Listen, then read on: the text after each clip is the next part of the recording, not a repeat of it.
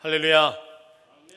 예수님께서 부활하셨습니다. 그 부활은 바로 우리를 위한 부활이고 또 우리에게 생명을 허락하기 위한 부활임을 믿으시기 바랍니다. 오늘 부활절에 맞이하여서 저는 여러분과 함께 이 느헤미야의 이 본문을 통해 부활절에 해야 할 일들을 대해서 우리 함께 나누고자 합니다. 느헤미야는 평신도, 지금으로 표현하면은 평신도 사역자로서 그는 자기가 하고 있는 그 일터에서 열심히 일을 하며 기도하는 사람이었습니다. 그가 바벨론의 술관원장으로서 그 일을 행하면서 어떻게 하나님의 일꾼으로서 살아갈지에 대한 고민을 하였고, 그는 무너졌었던 예루살렘 성벽을 52일 만에 다시 재건축하게 되는 일을 하였고, 그리고 오늘 본문에 나타나는 바로 영적 부흥을 일으키는 인물 가운데 한 사람이었습니다. 오늘 본문은 바로 그 영적 부흥에 대해서 소개하고 있는데, 영적 부흥은 그냥 일어나는 것이 아니라 바로 우리가 예수 그리스도의 그 부활과 함께 우리가 멈춰지고 때로는 잠들어 있는 우리의 영적인 생활을 다시 일깨울 수 있는 바로 그날이 부활절과 함께 맞부닥쳐서 함께 일어나기를 소망하는 마음으로 저는 이 말씀을 선택하게 되었습니다. 그러면 이 느헤미야가 어떻게 이 영적 부흥을 일으키며 또 지금은 이 말씀을 통해 부활절에 우리가 해야 될 일이 무엇인지 한 절 한 절 살펴보며 말씀을 나누고자 합니다. 저는 먼저 첫 번째 부활절에 우리가 해야 할 일은 바로 전심으로 예배해야 합니다라고 나누고 싶습니다. 왜 전심으로 예배를 해야 되느냐? 우리가 예배 드릴 때에 가장 근간이 되는 것은 무엇이냐면 바로 예수 그리스도의 부활입니다. 이전에는 구약에서는 제사를 지냈다고 이야기합니다. 그 제사는 언제 지냈느냐? 바로 안식일에 지냈습니다. 안식일에 지냈지만은 예수님께서 안식 후 첫날 부활하심으로 말미암아 우리의 모든 신앙의 근간이 되어져서 바로 우리가 함께 이 안식 후 첫날인 바로 이 주일날 함께 모여서 예배를 드리게 되어져 있습니다. 그러면 우리가 이 부활절을 기념해서 매 주일 모여서 이렇게 예배를 드리는데, 우리가 매 주일 예배를 드릴 때마다 예수 그리스도의 그 부활을 생각하지 않는다면은 어떻게 되겠습니까? 전혀 무의미한 예배가 될 수도 있습니다. 왜냐하면은 신약 시대부터 시작해서 지금 우리가 드려지는 이 예배는 바로 예수 그리스도의 그 부활을 중심으로 해서 예배를 드리기 때문에 바로 이 예배를 드릴 때마다 예수 그리스도의 부활을 생각하고 감사하며 전심으로 예배를 드려야 되는 것이죠. 근데 오늘 본문에서는 바로 이스라엘 백성들이 한동안 하나님 앞에 나오지 못했었는데 이제는 나올 수 있고 예배할 수 있었습니다. 2절 말씀 보게 되면은 일곱째 달 초하루에 제사장 에스라가라고 소개하고 있습니다. 일곱째 달이라는 것은 바로 이 유대력에 의하면은 나팔절을 이야기합니다. 일곱째 달 첫째 날, 그 바로 나팔절을 성회로 모이기 시작을 했는데, 오늘 본문 말씀을 읽지 않았지만은 그 내용을 3절에 살펴보게 되면 새벽부터 정오까지 함께 모여서 이렇게 하나님의 말씀을 읽고 예배하였다라고 소개하고 있습니다. 우리가 좀 양보해서 이 새벽이라는 이 시간을 6시로 한번 생각해 봅시다. 그러면 정오까지면은 대략 6시간입니다. 함께 모여서 예배 드리는데 하나님의 말씀을 듣고 예배 드리는 그 시간이 무려 6시간이나 계속해서 지속되어졌다는 거예요. 근데 이들이 제일 처음에 했었던 그 일이 무엇이냐? 오늘 본문 5절 말씀에 나타나 있는 것처럼 하나님의 말씀을 읽게 되었습니다. 읽게 되니까 어떻게 됩니까? 모든 백성이 그 말씀을 들으면서 일어나게 되었다라고 이야기합니다. 이 일어나는 이 행위는 하나님 앞에 존경의 의미이고 하나님을 전심으로 예배하는 그런 의미가 담겨져 있습니다. 여러분 혹시 법원에 가실 일이 없으시면 좋겠죠? 근데 법원에 가게 된다면, 아니면 혹은 우리는 드라마나 영화를 보게 되면은 법원에서 판사가 입장하게 될 때에 모든 안에 있는 법원에 계시는 분들이 다 일어나게 되어져 있습니다. 왜 그럴까요? 그것은 바로 존경의 의미이고 이 법원을 존중하겠다는 의미가 담겨져 있습니다. 바로 하나님의 말씀 그리고 하나님의 임재를 나타낼 때에 모든 이스라엘 백성은 일어나서 하나님을 예배하는 일들이 있습니다. 우리가 처음에 예배 드릴 때도 다 같이 일어나서 기립해서 예배 드리는 이유도 바로 여기에 해당된다고 볼 수가 있습니다. 하나님, 우리의 예배에 임재하여 주시옵소서. 우리가 하나님의 그 임재를 바라며 나아갑니다 라는 의미 속에서 우리가 모두 처음에 일어나서 예배를 드리는 것이죠. 바로 이렇게 이스라엘 백성들이 바로 모두 일어나서 하나님 앞에 예배하였습니다. 그리고 6절 말씀 보면은 여호와를 송축하였다고 소개하고 있고, 그리고 그 말씀이 들려질 때 아멘 아멘 하였고, 그리고 마지막 6절 부분에 보면은 여호와께 경배하였다라고 말씀하고 있습니다. 바로 이스라엘 백성은 영적 부흥인 바로 수문학 광장에서 하나님의 말씀이 선포되어지고 들려질 때에 모두 다 하나님을 예배하고 경배하는 모습이 우리에게 보여지고 있습니다. 우리도 부활절을 맞이해서 당연히 예수 그리스도의 그 부활을 축하하고 그리고 감사하기 위해서 이렇게 전심으로 저는 예배드려야 한다, 저는 말씀드리고 싶습니다. 제가 목사가 된 조그만 이유가를 제가 나중에 알게 되었는데, 그것은 참으로 놀라운 일 가운데 하나였습니다. 그것은 무엇이었냐면은 제가 세례를 받을 때였습니다. 세례 교육을 열심히 받고 시험 문제를 이렇게 딱 푸는데, 그 문제 가운데 한 문제가 제 마음을 딱 사로잡아서 더 이상 문제를 풀 수 없게끔 만들었습니다. 그 문제의 질문은 이랬습니다. 모든 예배에 빠지지 않고 참석하겠습니까? 자신이 없더라고요. 세례를 받는데 세례교인은 바로 이렇게 해야 된다고 표현하는데 도저히 자신이 없어서 동그라미를 치지 못하고 있었습니다. 그때 저를 이제 지도하고 그 세례 교육을 위해서 지도하셨던 목사님이 지나가면서 툭 치시면서 저한테 그러시는 거예요. 동그라미 하는 거야. 제가 정말 열이 받았습니다. 그래서 정말 그 열받은 것을 다 표현하고자 째려보고 싶었지만은 째려보지 않고 공손하게, 제 예쁜 눈으로 공손하게 쳐다보면서 예 하고서 고민하며 기도하며, 하나님 이렇게 동그라미 하는데 이렇게 할 수 있도록 도와주세요 라고 동그라미를 하며 기도했습니다. 하나님께서 저의 그 순간 정말 마음을 담았었던 이 기도에 응답하셨는지 모든 예배에 빠지지 않고 참석할 수 있도록 목사가 되게 하나님께서 만들어 주셨습니다. 혹시 여러분들 세례를 받으신 지 오래되셨습니까?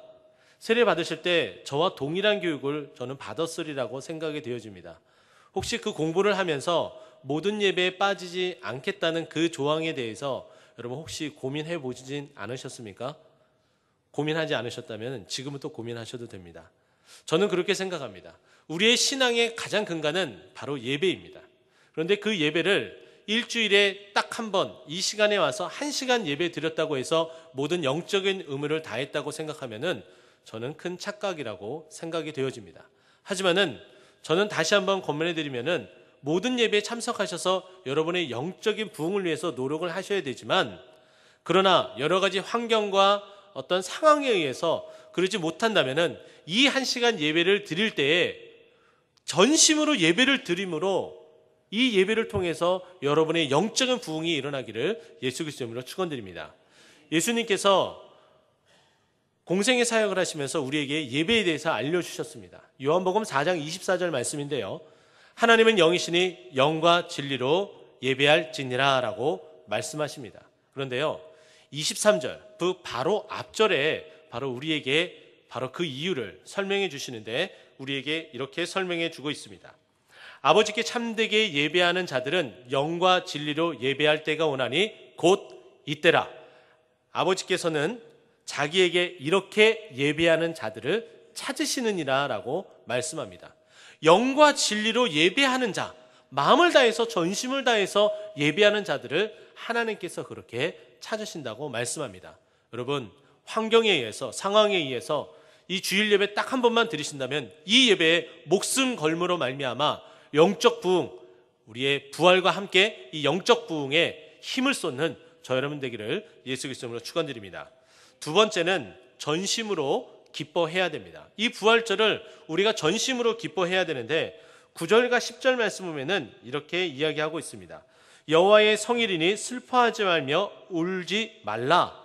그리고 10절 말씀 보면은 여호와로 인하여 기뻐하는 것이 너희의 힘이니라 라고 말씀합니다.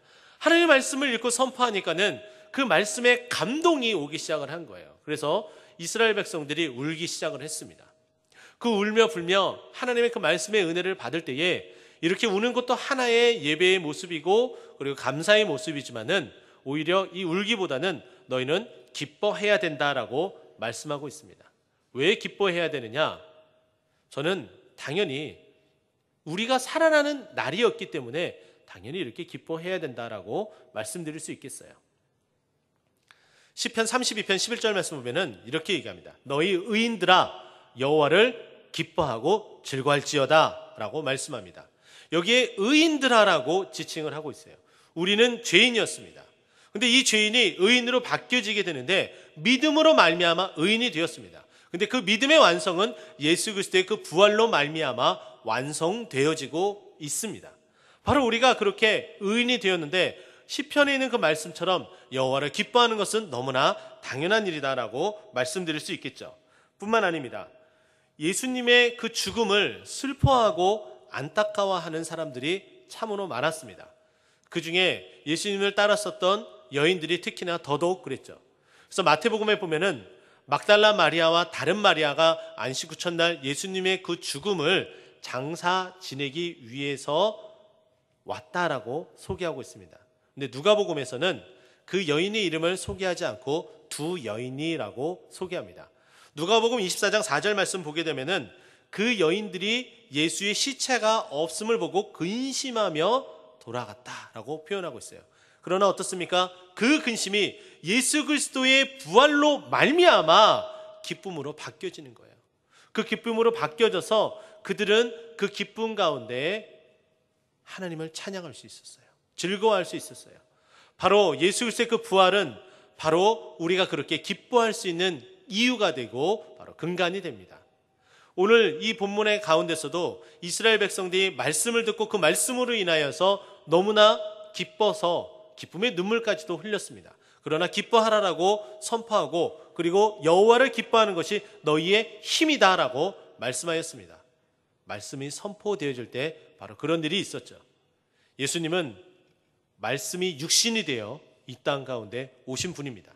그러나 말씀이 희귀해져서 더 이상 들리지 않았을 때에 이와 같은 일이 있었는데 다시금 말씀이 수문학 광장 앞에서 선포되어지니까 그들은 감동에 젖어 있었던 거예요. 바로 이것처럼 말씀이 육신이 되신 그 예수 그리스도가 우리에게 다시금 부활로서 강하게 임하기 시작한다면 우리는 오늘 이 말씀처럼 눈물도 흘릴 수 있지만은 당연히 기뻐해야 됨을 여러분 꼭 믿으시고 전심으로 예수 그리스도의 그 부활을 기뻐하는 저 여러분 되기를 예수 그리스도로 축원드립니다. 마지막 세 번째는 이 예수 그리스도의 그 부활을 이웃과 함께 기쁨으로 함께 나누어야 됩니다. 10절 말씀 보면은 이렇게 준비되어져 있어요. 준비하지 못한 자에게 나누어 주라. 음식을 준비하지 못한 자에게 나누어 주라라고 말씀합니다. 그러면서 12절 말씀 보면은 모든 백성이 곧 가서 먹고 마시며 나누어 주고 크게 즐거워하니라고 말씀하고 있습니다. 바로 이것이죠. 그들은 이렇게 함께 모여서 6시간이라는 장시간 동안 대략 6시간이라는 장시간 동안 함께 예배드렸습니다. 허기도 지고 힘들고 어려웠겠죠. 그러니까 각자 음식을 준비해서 와서 그 음식을 먹으면서 함께 예배드리는 그런 공동체였습니다. 그런데요, 무슨 일이 벌어졌습니까? 음식을 준비하지 못한 자들이 있었어요. 먼저 준비한 자들이 음식을 준비하지 못한 자들에게 함께 이 음식을 나누면서 바로 이 예배의 이 축제의 이 기쁨을 함께 나누었던 거예요. 부활은 우리에게 부활입니다. 맞습니다. 그러나 이 부활의 이 기쁜 소식을 우리 이웃들에게 예수 그리스도의 그 부활의 의미가 우리가 다시 살 수 있고 영생을 얻을 수 있는 신앙의 근간이라는 것을 알지 못하는 자들에게도 우리가 함께 기쁨으로 나누어야 됩니다. 우리가 예배 드리고 나서 문을 열려지고 다시 우리의 생활 속으로 돌아갑니다. 그러면 어떻게 됩니까? 우리 이웃에게 복음을 전해야 돼요. 새생명 축제도 이제 5월 26일 얼마 남지 않았습니다. 그럼 우리가 나가서 전해야 될 일들이 상당히 많이 있습니다. 시간도 많이 있지만은 우리가 해야 될 그 시간 안에 우리가 무엇을 어떠한 기쁨을 나눠야 됩니까? 바로 생명의 기쁨, 부활의 기쁨을 나눠야 되죠. 마태복음 28장 8절 말씀은 이렇게 이야기합니다. 그 여자들이, 그 무서웠었던 그 여자들이 무서움에 떨었으면은 예수 그리스도의 그 부활로 말미암아 큰 기쁨으로 빨리 무덤을 나가 제자들에게 알리려고 다름박질 하였다라고 말씀하고 있습니다. 여인들이 예수 그리스도의 그 부활로 말미암아 큰 기쁨을 얻었습니다. 그 부활을 확인한 그 무덤에서 나와서 빨리 다른 박질을 하며 제자들에게 이 기쁜 소식을 전했습니다. 바로 예수 그리스도의 그 부활은 우리에게 이와 같은 할 일을 이야기합니다. 바로 이웃에게 이 부활의 이 기쁨을 나누라고 우리에게 말씀하고 있습니다. 이스라엘 백성이 수문학 광장 앞에 모여서 말씀을 나눌 때 준비되지 못한 자들에게 음식을 함께 나누며 함께 기뻐하며 예배했던 것처럼 우리가 부활절에 바로 그와 같이 하는 것이 마땅한 바다라고 말씀드리고 싶습니다. 말씀을 정리하도록 하겠습니다. 오늘은 부활절입니다. 바로 부활절에 우리가 전심으로 예배하고 전심으로 기뻐하고 그리고 이웃들과 함께 그 기쁨을 나누기에 주저어 먹고 담대하게 그 일을 행하는 저 여러분 되기를 예수 그리스도 이름으로 축원드립니다. 기도하겠습니다.